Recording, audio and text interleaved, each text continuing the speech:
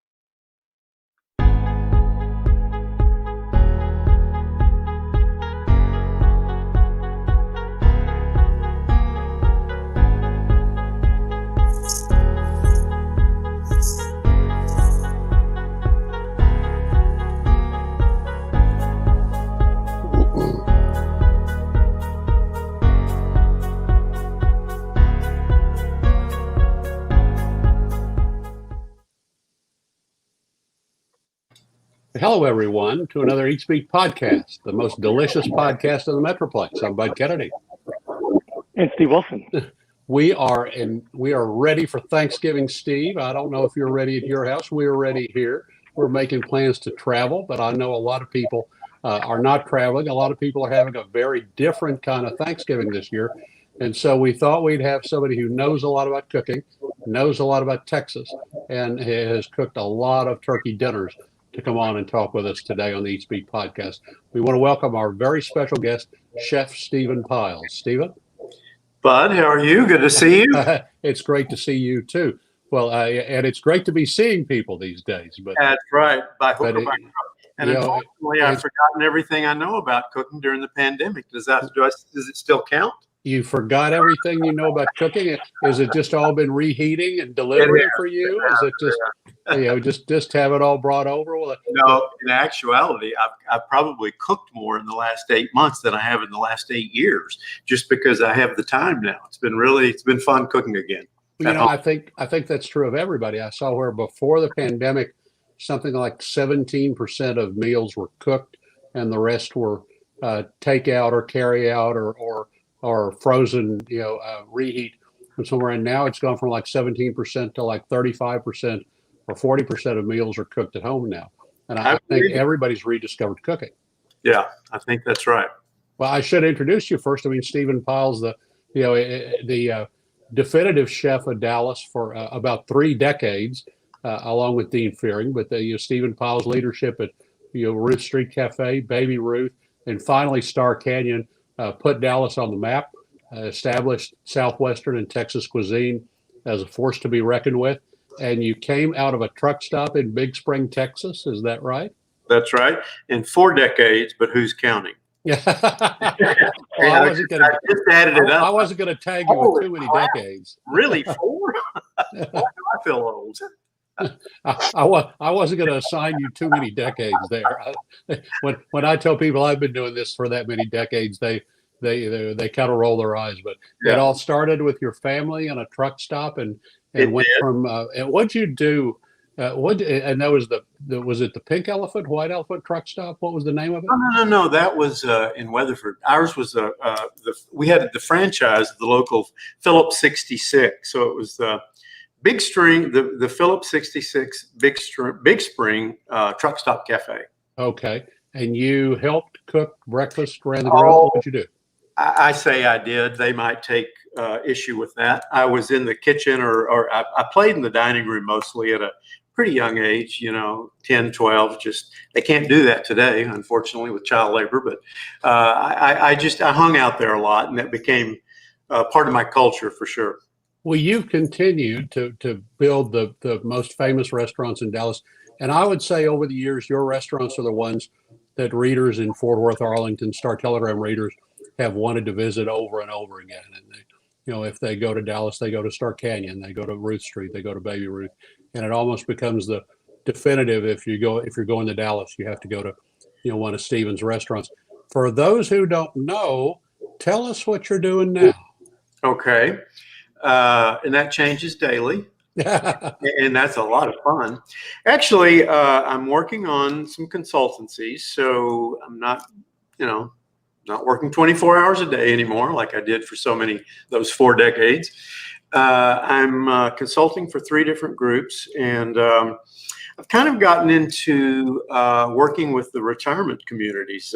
They're starting to develop more and more high-end luxury facilities, and so I'm associating with those. They want obviously good food and usually a brand. So I'm working with a couple of those facilities in Dallas, and then one it's coming up in Georgetown, and then I'm working with Fireside Pies. Yeah, that's what we want you to talk about. Is Fireside Pies?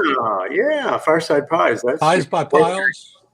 Pies by yeah, Pyles, right? Yes, Fireside by Piles, and Fireside by Pyles. Fireside by Piles, and I'm headed over there today actually because we're doing Thanksgiving takeout starting next Monday. You can pick up on Monday or Tuesday, and so order deadline is Friday.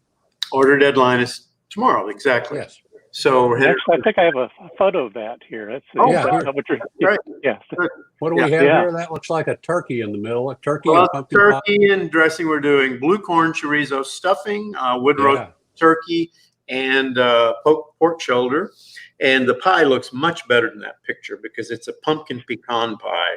Actually, now it's imagine that pie with a layer of pecan on top. It's one of those things, you always have to make that decision. Do I want pumpkin or do I want pecan? Well, now you don't have to make a decision. So you get it all. Well, that package is $195. It feeds 4 to 6. 4 to 6 people with some leftovers. The deadline is Friday, and you order it at Fireside Pies. For everybody that wants to order one right now. But I want to ask you, all the restaurants offering these cook at home, warm at home takeout packages, what goes into all this? You don't have enough ovens to roast all these turkeys at once. How does all this work that people put out all these take home dinners? Well, that's why I'm heading to Fort Worth here after this show.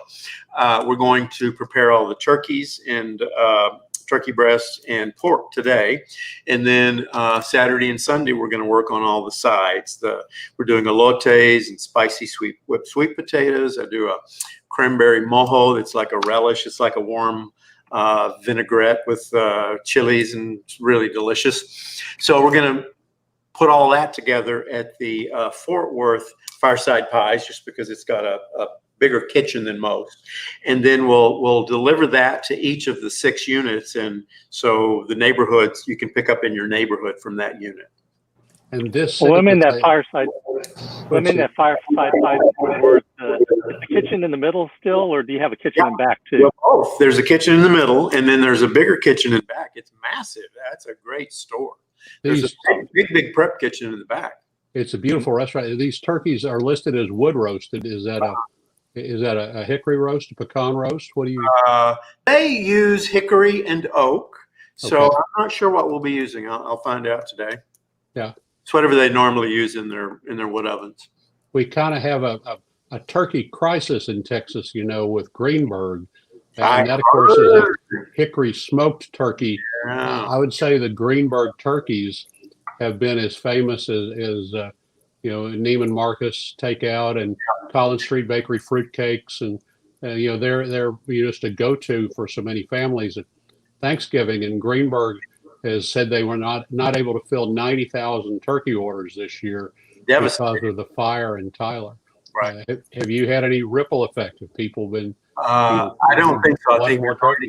I think we had already ordered all our turkeys in. I'm not sure where Joe got them, but it was not an issue. We've got all our stock. And so you started cooking really a week before Thanksgiving to get all this ready. Yeah. Get the meats ready now, and then this weekend, because people will pick up actually Monday or Tuesday. What should people look for? Go ahead, Steve. Do you still have a couple of open orders for people that you said Friday is the deadline, right? So yeah, we're gonna do 8 or 10 extra orders just in case, because I've got people still texting me thinking, is it too late? Is it too late? So there's always a few extra. So we'll prepare 8 or 10 extra. They'll be okay. I mean, what should people look for when they're choosing a Thanksgiving takeout dinner? There are a lot of places offering takeout dinners this year that don't usually offer takeout. Is there anything to watch for, or to choose in picking where you're getting your Thanksgiving dinner?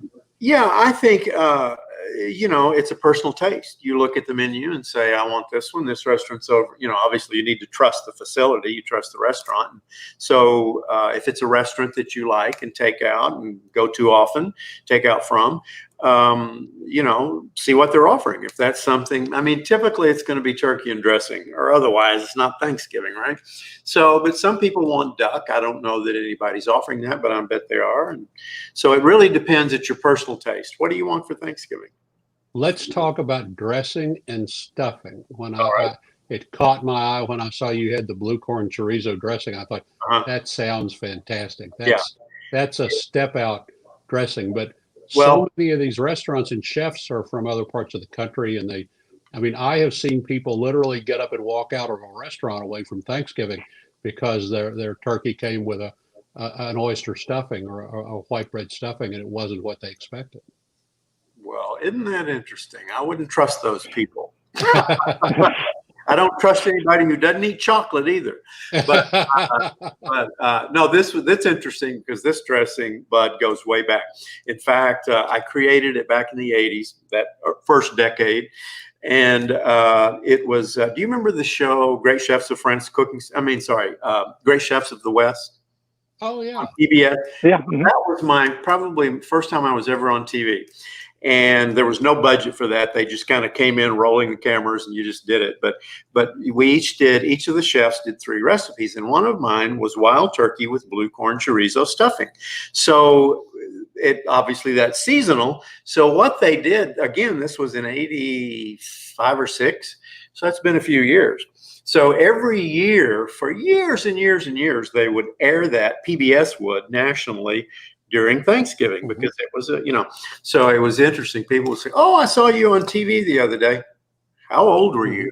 So they're still wearing it. So this dressing is really, it's blue corn. It's that famous, my signature blue corn bread that I do. I've done it at all the restaurants, either a muffin or a bread or a blue corn Star Canyon, blue corn skillet stick at Baby Ruth. It's all the same thing in a different shape. So we just take that, crumble it up, mix it with a Mexican chorizo, lots of, onion, garlic, the typical mixing for a stuffing, carrot, celery, onion, sage, and a little deglaze with a little whiskey just for fun. So it's really just I don't know. It's become so traditional to me. It doesn't seem out there, but I guess it would be for somebody else. And you're doing elote with the Thanksgiving dinner too. Yes, we are. Elotes and spicy whipped sweet potatoes. And we're doing, it's interesting. I wanted to tie something back to Fireside. So usually I do pumpkin pecan pie, a choice of pumpkin pecan pie or an apple cream cheese pie. And I said, let's do something with the apple. So we're going to do a pie, but it's going to be with, it's like a flatbread. So we're going to do caramelized apples and cream cheese, or maybe goat cheese, or no, mascarpone, I think, and a little balsamic glaze. Well, now, do I want the pumpkin pecan pie, or can I order the Baker's Mark bourbon chocolate cake? Can I order one of those on the side? Well, you probably would better order it now, just in case, to get them. I'm sure they would accommodate you. Steve, have you looked at the Fireside by Pyles menu? Some of the, the Chipotle short rib and the chocolate cake catch everyone. The short rib is kind of what I'm interested in. Identify these while they're on the screen for us, Stephen. What are we looking at? We'll start with the left. That's our Pacelli salad. It's just an English pea salad with bacon and boiled egg and mayonnaise and just all things good, with a little prosciutto and some crostini. And then to the right of that, we have, which has the tostada on it. That is our shrimp ceviche with coconut and passion fruit, which has got a little kick to it. Really nice. That's an appetizer. And then to the right of that is the short rib that Steve was referring to with a buttered pappardelle. It's got a chipotle barbecue on it. Chipotle short rib. And then going to the bottom left is, what the hell is that? That's the salmon. That's our salmon. Sorry, I believe that's the salmon. I was going to say new chicken. No, that's our salmon with grilled salmon, wood roasted salmon with it's a butternut squash polenta. And it has on top a fennel salad that's got hazelnut and a little red onion in it. It's really delicious, dressed with orange. So it's got some orange in it. So really, really nice combination of flavors. And then we have, and this is already kind of out of season because it's gotten a little, well, still warm, I guess. That's our smoked tomato gazpacho with garlic chili croutons. And good olive oil. I plan to get some before it goes out of season. Yeah. You're on the, I would call this the polenta line here, Stephen. I would say the Fort Worth Fireside Pies is probably the westernmost outpost of polenta. West of here, they probably call it grits. But I think you're absolutely right. Steve, what were you going to say? Then you do pizzas too. Which let's see, I have a couple of pizzas. Oh, yeah. There's a pizza. We have we did I was on a trip with the owner, Mark Palmer, of Fireside back in January. We were on a river cruise on the Mekong from Siem Reap from Ho Chi Minh City to Siem Reap, and we kept having these pizzas, and that's when we started talking about maybe working together. And we had these pizzas that were done with rice paper and egg, and then they're done onto a flat top, and then any kind of topping that you can imagine. So that was the inspiration for that. So we've done a Vietnamese rice paper pizza. And then I did one that I learned many, many years ago down in Oaxaca. Oaxaca is one of my favorite places to eat in the world. And they do this thing called Klayuda. And it is a white corn tortilla done in a wood oven. And it has usually black bean and avocado, and it can have chicken or pork and whatever. So we've done a Klayuda and that. And then we also did a keto pizza and one with cauliflower. So we've done 4 different kind of edgy pizzas, I guess. Are you going to keep doing seasonal menus for Fireside? And is he going to have you start doing menus for Golden Chick or any of his other restaurants? Well, it's interesting. That's how we first met. I first met Mark back in, the late 80s probably. I did a marinade. When he had just developed Golden Chicken, and he wanted to do a rotisserie chicken as well. And I developed a marinade for him. And as far as I know, he's still using that marinade. So maybe, who knows? I'll try it. I'll help any way I can. Well, call I'm that- glad it's brought you to Fort Worth a couple of times. I call golden chicken his cash chicken. It's No not kidding. a cash cow, but it's a cash chicken. Steve, do you have a thought about Thanksgiving coming up, or what? Yeah, I mean, what do you think should be good? And I'm asking Steve Wilson here. Steve, what's your take on where Thanksgiving should be, or where people should go? Have you looked over some of the different restaurants and what they're offering? Yeah. I've also been doing the numbers for our charts and stuff for keeping track of the COVID stuff, and I really think probably should just go pick up a dinner and stay home. Well, there are a lot of good takeout dinners, but you have to order them a couple of days ahead, because you can't expect people. This is something I'm trying to explain to diners, is you can't expect to call at 10 o'clock on Thanksgiving morning and say, I want to come pick up a turkey dinner. There's a few exceptions. You may be able to do that at Luby's, Central Market, Whole Foods, somewhere like that on short notice. But you're really going to have to call this weekend to get your orders in. Stephen, do you have any suggestions for folks? No, not really. I was kind of eyeing Stephen's menu here with that turkey and the idea of that wouldn't have to choose between pumpkin pie and pecan pie is really appealing to me. I like a pumpkin pecan pie or a sweet potato pecan pie. Those are both really good. I did check, and just for for viewers and for podcast listeners, right now as we're talking, the Del Frisco's in Fort Worth still has patio tables available for Thanksgiving. They're open for lunch and dinner all day. They have that big wraparound French balcony. So I think the most likely place to dine outside is at Del Frisco's, either the Double Eagle or the Grill. The dinners are a little bit different. One's about 50, one's about 45 or something like that. Capitol Grill still has a few tables, but maybe not outside. Blue Mesa, of course, is doing their buffet in a different way, and they serve it personally, but they have some tables at their big restaurant in Fort Worth. And then just for inside dining, Eddie V's and Ruth's Chris have some tables available. But basically, don't forget Luby's is open. Luby's is still in business. It's up for sale. Stephen, can you put some people together to save Luby's? What's happened to the cafeteria? I love Luby's. That was always my go-to cafeteria after Highland Park cafeteria closed, certainly. Is it still part of the Papa's chain, or did they spin it off? Papa's? The Papa's spun it off separately, and now it's for sale. So all right. The Papa's are the CEOs, but it's separate from the Papa's restaurants.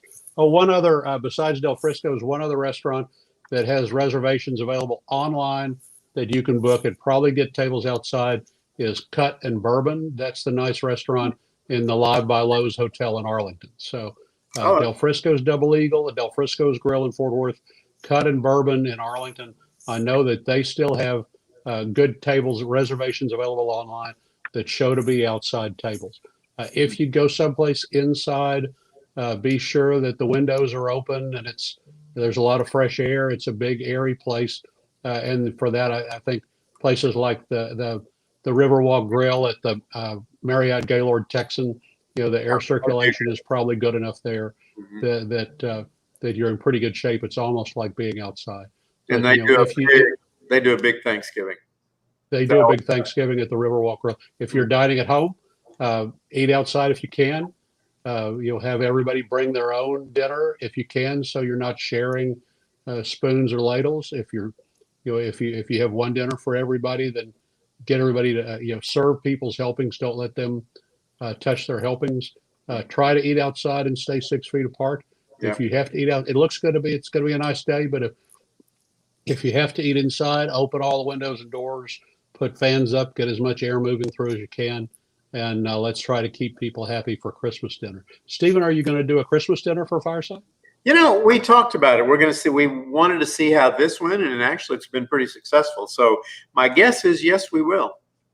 Well, I know it's been successful in Fort Worth, and I think people are so happy with Fireside, and the Fireside in Fort Worth has kind of stuck it out in the middle of all the other turnover in the West 7th area, and it becoming more of a bar crowd. The Fireside has stuck it out and has always upheld the quality. Fireside and Olivello's and Chorizo are kind of the three pizza kings we have over here. Yeah. So we're happy to have all three, and I know people are thrilled the night that you came to Fort Worth, and they'll be thrilled to come pick up their turkey. Steve Wilson, any more turkey thoughts? No, I'm just if you haven't thawed your turkey out, you need to do it now. Yeah, absolutely. Yeah, no kidding. If you have that frozen turkey, get it out and start thawing it. Start working on it. If you haven't called in your order yet, you can order online. I think you can order the. I know you can order the Fireside by Pyles online and have it delivered. I think the things we talked about, the chipotle short rib, the salmon, you can order those online. They're all clickable, and you can have delivery services bring them out. And you have to call, I think, or email to order the Thanksgiving dinner. Stephen, do I have that right? That's exactly right. Yeah. But everything else that we mentioned, you can click up Fireside and have one of the delivery services bring out the Stephan Pyles short rib or any of the dishes we want. Stephen, it is so great. Where are restaurants going in 2021? Where's the whole business going from here, and what happens next? That's a really good question. It's going to be, I think, an opportunity for certain people. It's with all the frustration and downside to what's happened with restaurants just trying to stay open. It's also going to offer opportunity to others for locations that would not be available otherwise at a decent price. But it's also going to be an opportunity for people who can kind of recreate the direction, which is certainly, so many of the things you talked about in preparation for Thanksgiving and safety measures. We can't, even with vaccines, I don't think we're going to be able to completely go back to normal without at least thinking about certain things that we're going to need to change, our habits. So, there's going to be a hell of a shakeup, and there's been anywhere from 30 to 60% is a figure that's thrown around out there, the restaurants that could close. And it's interesting because after I've lived through a lot of recessions and 9/11 and tragedies otherwise, and it was always, you come to a place, you kind of have to lean up and you recreate yourself. You have to do things that that the customer can't see, touch, feel, taste, and yet you've made these significant changes. And so when you get beyond that, you're kind of in a better place because you're leaner and you can be more profitable.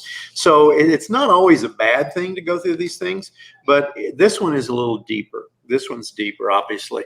And 9/11, these other tragedies that I've talked about, it's interesting, the menu, what people eat changes. I'm really concerned about fine dining. I have been for years, but really now, because people they're not eating foie gras and caviar and lobster. They want comfort food, fried chicken and, meatloaf and roast, pork and things like that. So it'll be interesting to see how that all fares out, because it's going to be, fine dining is going to struggle. Well, I've told restaurateurs that people, and I've said this from March, that they have to have ordering online because you can't have your people tied up with that caller who says, "Well, tell me what's on the menu." Yeah. And then you're tied up for 10 minutes and you only get one order. In that time, you can get 5 or 7 orders. People ordering online. So you have to have people ordering online.